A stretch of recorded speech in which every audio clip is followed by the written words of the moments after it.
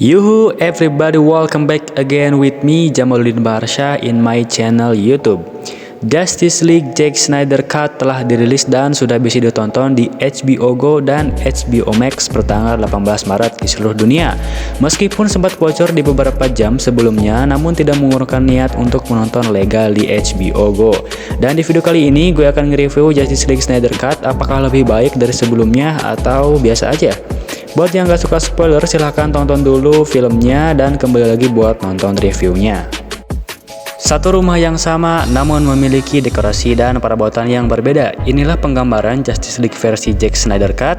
Bukan hanya bobot cerita, dan personalisasi karakter pun digali lebih dalam. Tujuan cerita Zack Snyder sangat jelas dan membawa persona tiap karakter. Dari segi plot cerita, Justice League Zack Snyder secara luas tetap sama dengan versi sebelumnya, di mana setelah kematian Superman yang mengorbankan dirinya untuk membunuh Doomsday, Bruce Wayne aka Batman memutuskan untuk mengumpulkan tim pahlawan berkekuatan super untuk mempertahankan bumi dari ancaman alien yang akan datang. Namun karena ini versi cut dari Zack Snyder, tentu ada tambahan yang menambah isi secara keseluruhan. Dan durasi waktu film ini pun lumayan panjang, yaitu sekitar 4 jam. Memang agak berlebihan sih untuk suatu film superhero, namun karena durasi yang panjang itu membuat banyak cuplikan, adegan, dan detail-detail yang sebenarnya menambah kesolidan cerita dalam film ini. Di sini letak visi dari seorang Zack Snyder dalam membangun karakter per karakter secara detail. Hampir setiap karakter di film ini dari awal sampai akhir memiliki perjalanan yang lebih jelas dan lebih banyak dimensinya. Perkenalan superhero-nya diawali diisi dengan scene-scene bagus dan ikonik dari masing-masing superhero. Jadi yang beranggapan Snyder terburu-buru membuat Justice League tanpa menunggu film solonya bisa dipatahkan dengan adanya film ini. Cukup jelas sehingga kita bisa mengenal setiap anggotanya dengan sangat jelas dan detail. Seperti karakter Cyborg yang kita tahu bahwa sebagai besar backstory-nya terpotong di film sebelumnya yang membuat kesan ketidakjelasan, namun di film ini disuguhkan dengan backstory yang kuat dan detail, dengan konflik yang lebih terasa antara ayahnya dengan Victor membuat Victor harus menerima keadaan dan membantu para superhero dengan menggunakan kekuatannya untuk kebaikan. Dan kita akan mikir di sini ternyata Cyborg secanggih itu. Seperti Cyborg, karakter Batman hampir seluruhnya diubah. Kali ini Bruce Wayne yang mengambil peran kepemimpinan antara para pahlawan dibuat sangat gagah dan bermartabat. Ben Affleck emang Batman dan Bruce banget sih. Dia menjadi pemimpin yang benar-benar menyatukan Justice League, ditambah dengan buff yang ditambahkan oleh Zack, sehingga ia tidak lagi diremehkan oleh orang-orang seperti di film sebelumnya. Keyakinan Bruce pada Superman seperti yang kita tahu terbayar dengan kebangkitan Superman yang dibuat jauh lebih baik.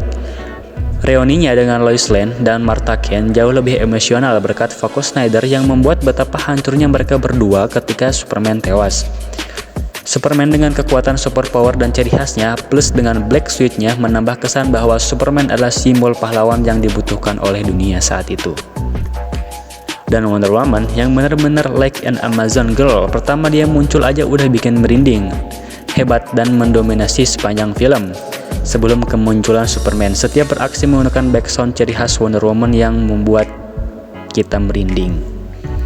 Dan yang paling banyak mendapat perhatian adalah antagonis dalam film ini, yaitu Steppenwolf, di mana sebelumnya terlihat hanya seperti seorang monster dua dimensi yang ingin menaklukkan bumi lalu terobsesi dengan Mother Box. Di kepalanya itu hanya ada Mother Box, namun di film kali ini dia tidak hanya sekedar akan menaklukkan bumi dan mengumpulkan Mother Box, tapi kita diberikan sebuah emosi dan alasan yang sangat jelas kenapa dia sangat ingin melakukan itu. Dan kita juga akan diperlihatkan sisi putus asa dari lemahnya Steppenwolf, membuat gue pribadi merasakan simpati terhadapnya. Menurutku ini cukup bagus. Kita gak cuma tahu dari sisi protagonisnya aja, tapi juga dari antagonisnya juga. Meskipun di sini peran Darkseid tidak signifikan karena memang antagonis utama di film ini adalah Steppenwolf. Dan secara sinematografi, kualitas gambar sangat bagus dan Zack Snyder memakai ciri khasnya dalam menggarap film, yaitu scene per scene sangat dominan lewat slow motion kamera khas Zack Snyder. CGI yang baik, CGI yang bukan main-main, sangat dikemas dengan sangat baik, ditambah dengan backsound yang memorable tiap-tiap karakternya. Pemilihan musik yang brilian dan pas benar-benar sangat membuat kita enjoy dalam menonton filmnya. Namun film ini tidak tersedia dalam format layar lebar ketika gue nonton di HBO Go. Kalau menonton di smartphone mungkin itu akan terasa mengganggu buat kalian yang kebiasaan nonton dengan format layar lebar.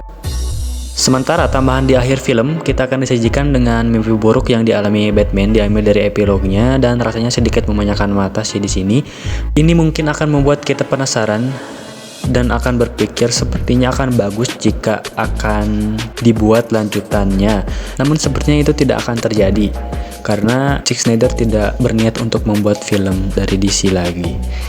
Dan pertemuan antara Batman dan Joker di scene ini meski sangat singkat namun tidak mengecewakan. Sejarah berdarah antara keduanya tampak besar karena dialog yang diucapkan oleh mereka berdua di scene ini. Dan bukan rahasia lagi jika Martian Manhunter, hero baru, memulai debutnya di sini namun mendapat porsi sangat sedikit karena hanya muncul di ending film. Kesimpulannya, Justice League Snyder Cut memang pantas diberi penghargaan oleh fans daripada hanya menjadi tumpukan folder di gudang terbengkalai.